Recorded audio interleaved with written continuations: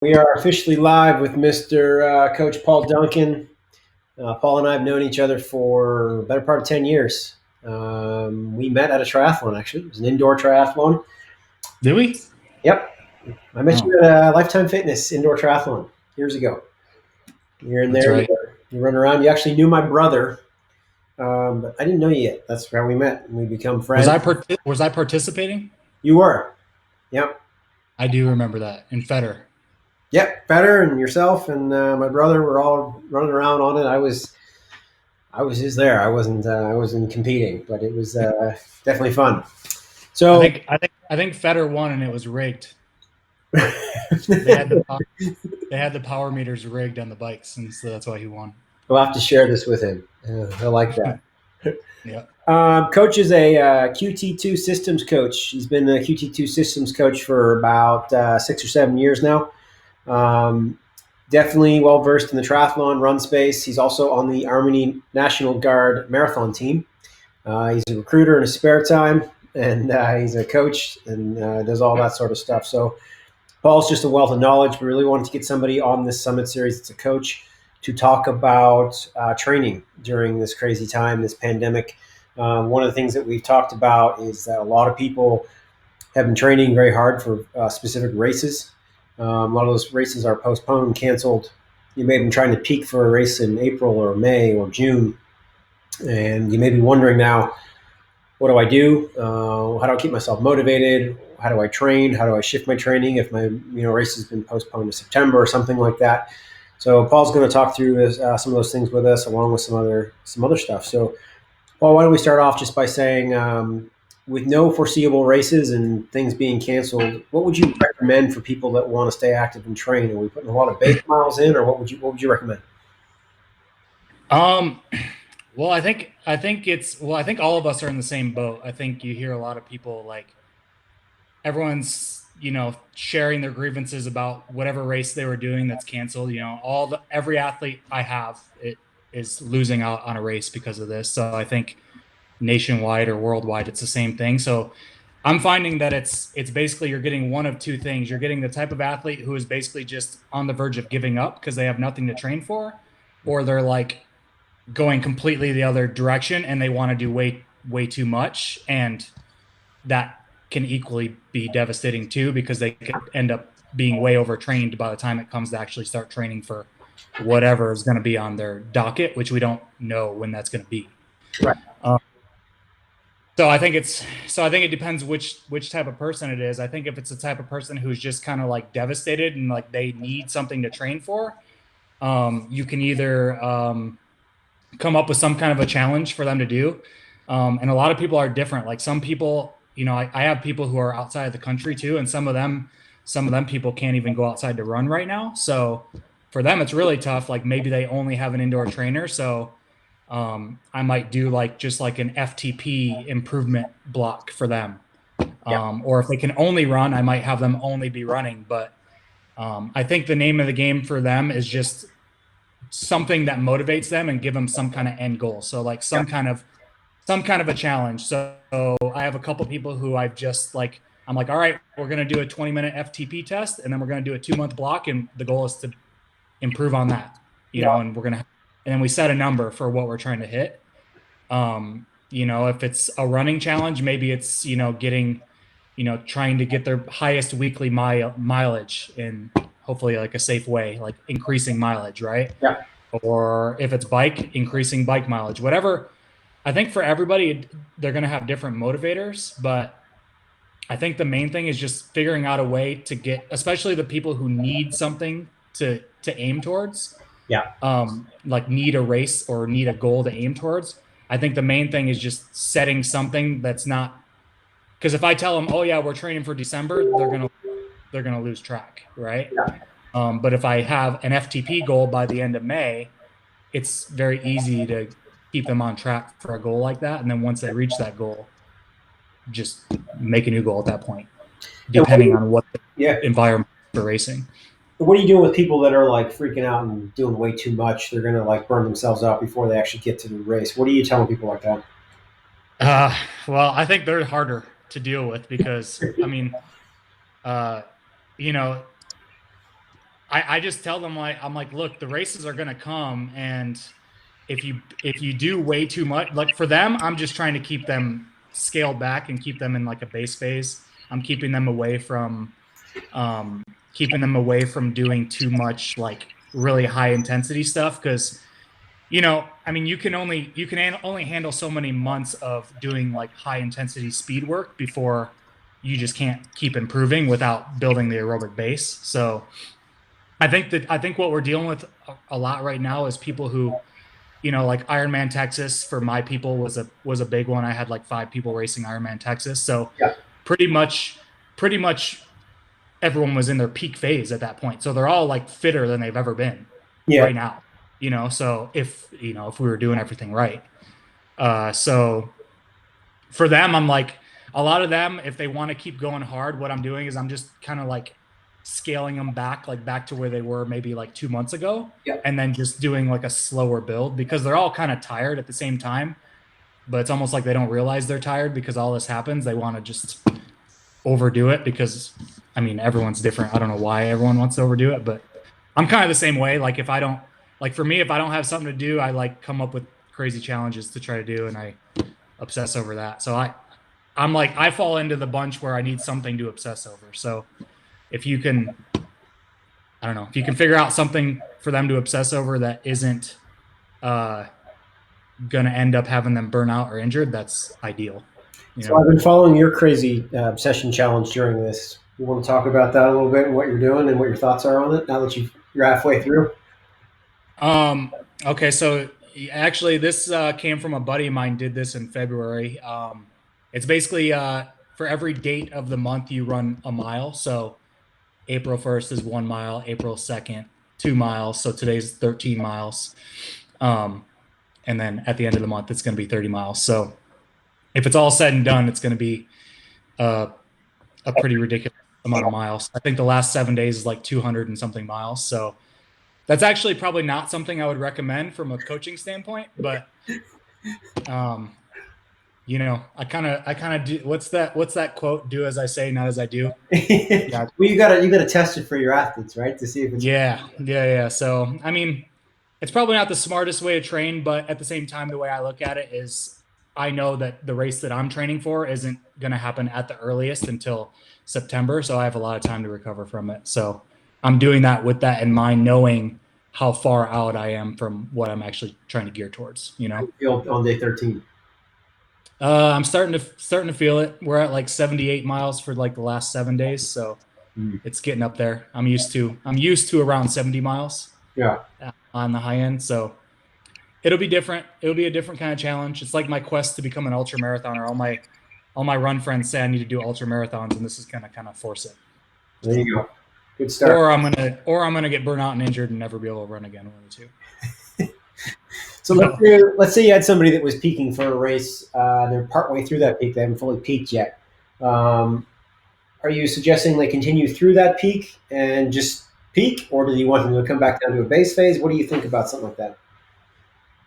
it depends on the person again, but if they were like peaking out for a race and they're like antsy to race, like, and I can tell like they need something, I might just give them like a crazy, crazy workout to go do, like, you know, just to get that antsiness out of their system and then kind of taper them back and then just kind of start them over. Because if they start over now, even if they start like in a base phase, Mhm.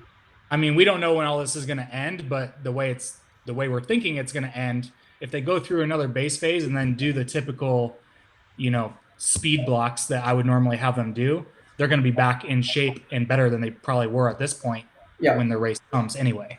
we talked to So, what's Dr. Mata, who's a psychologist. We talked just about the mentality of this uncertainty in this time. One of the things she actually recommended as well is you could create sort of your own race for yourself. yeah, So if you're going yeah, through that phase, you create your own little, like with a coach like yourself, create like a little race for them to do just to mhm. keep them positive and motivated.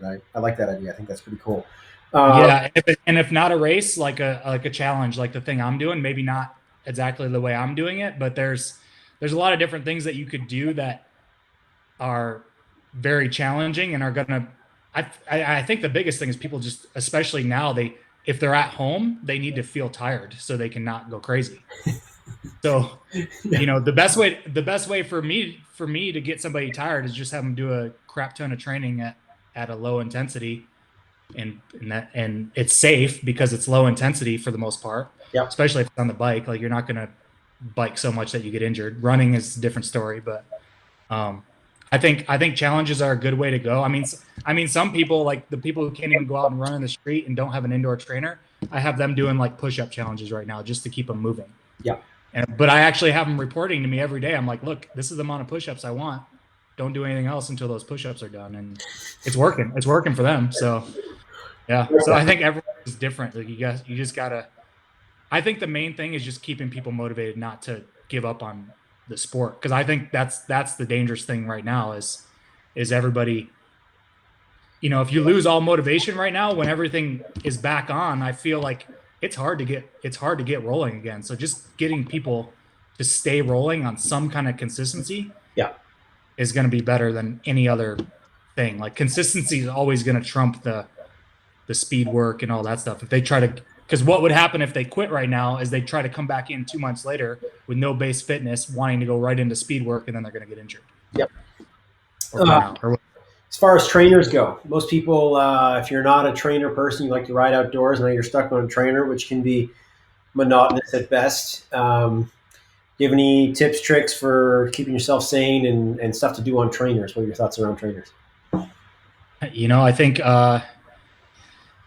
think if you have Zwift, if you have a smart trainer, that helps a lot of people a lot. I think again, like a couple of my people, I'm doing the FTP improvement, so I'm constantly giving workouts where every single week they're expected to improve upon that workout. I think that keeps people going. If they're just riding every single day on a trainer with no target, I think that's going to be a struggle for even the craziest people.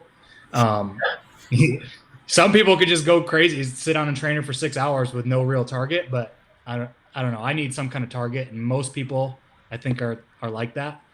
Um, so a lot of the workouts I do, they're pretty simple. Um, but the goal is just always have a workout each week that you can see some type of improvement on. Because if you're not seeing improvement, you're not gonna you're not gonna feel motivated to keep going. But if you're seeing even little bits of improvement, so even if that means tricking yourself into thinking you're improving, so sometimes I'll give them numbers that I know they can easily hit, just so the next week they can improve on those numbers. And I think tricking the mind into feeling like you're improving even when you're not, or you might be, but you might not see it because you're tired or whatever the case may be. Yeah. I think that's important. Good. As far as running, if you can't run outdoors, any way to maintain some run fitness, or are you having your athletes do anything from a strength perspective from indoor running stuff? I know you're talking about push-ups. You do anything running wise?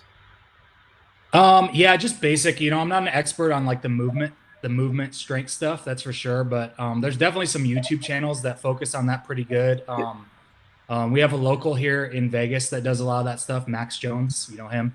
Yeah. Um, I try to recommend a lot of the stuff that he recommends. Just, but for me, it's just basic functional movement stuff. I don't know any of the fancy stuff. That's definitely out of my realm, but I definitely recommend it for We've sure. actually worked with Max Jones on our podcast, and we have a video series. If anybody gets interested, with a bunch of exercises, tips, and tricks like that. If you're stuck in your house and you want to do some exercises for that, check out our site. We'll add the link somewhere here so you guys can take a look at it. But you can go. Oh, it's on the Flow site. Yeah, it's all free. We videoed the whole Oh, I, thing. I So didn't even know that. That's awesome. yeah, so that's kind of cool. What about your swimmers? What do you have your swimmers do? Most pools are closed. Public swimming outdoors isn't really recommended. You got them like doing paddle drills indoors with rubber bands, anything crazy like that, or you just tell them to take it easy? Yeah. I'm trying to get them to do like dry land routines with the swim cords. Yeah. I have a couple different ones that a lot of people didn't have any swim cords, that's for sure. So I definitely think I got like 10 people to buy sets of swim cords in the last couple weeks, but it's hard, man, because there's not really any measurable dynamic they can go off of. So like I'm trying to get them to do like, even if it's just 20 minutes a day just to activate the muscles, I think it's going to be better than nothing. I think I think the name of the game with all of this is going to be consistency, right? So even if I can just get them to do 10 to 20 minutes of doing some, a movement that replicates swimming, they're going to be better off than if they just do nothing.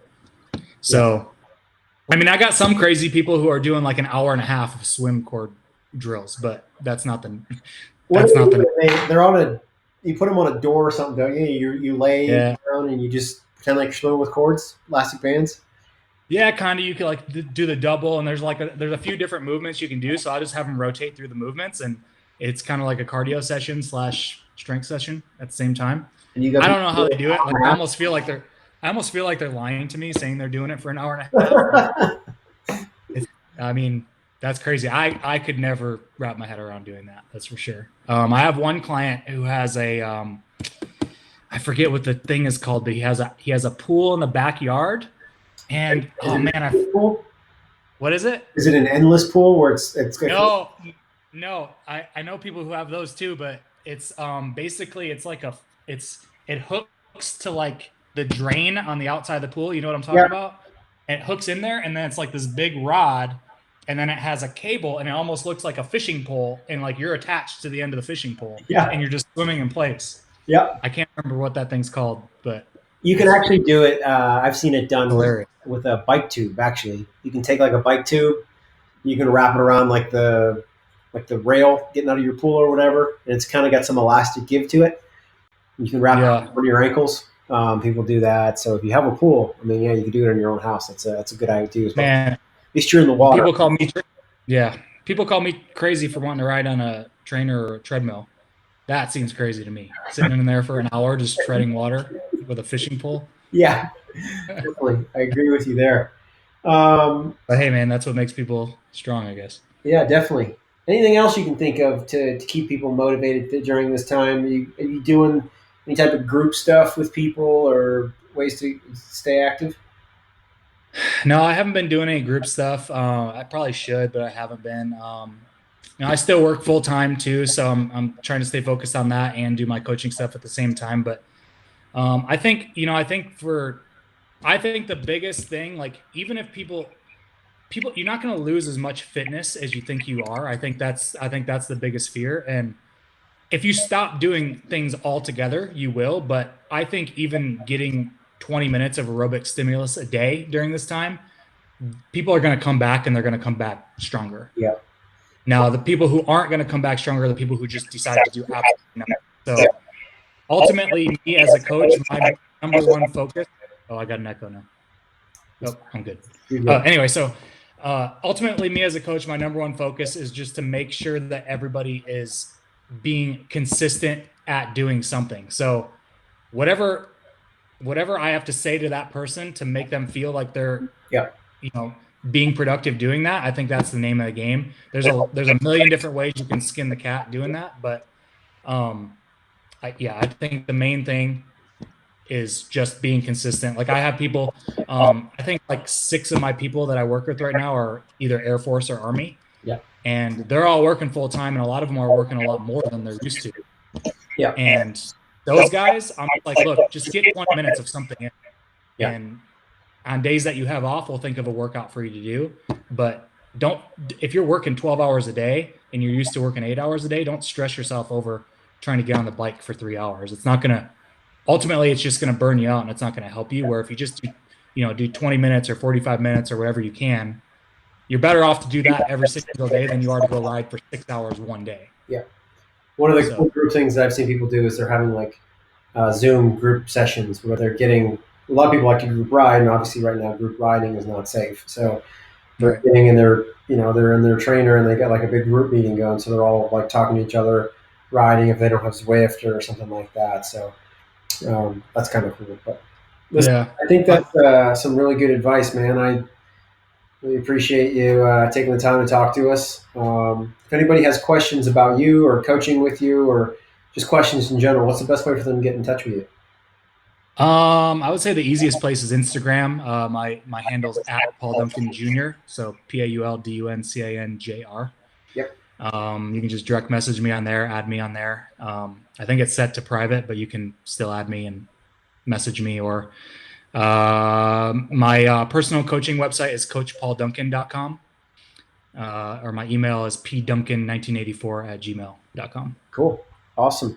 Yeah. Well, if we get any questions here, I'll fire them off to you. We'll get the answers. We'll get them back to people. But we Cool. really appreciate you being on here, and thanks for your time, and thanks for what you're doing with National Guard too, man. That's probably pretty crazy during this time for you guys. So, Oh yeah, it's good times. sure. Sure. Awesome. Yeah, man. All right, let's go get some sushi Well, after when this. this clears up, we'll go get some sushi. All right, man. All right. See ya. Yeah.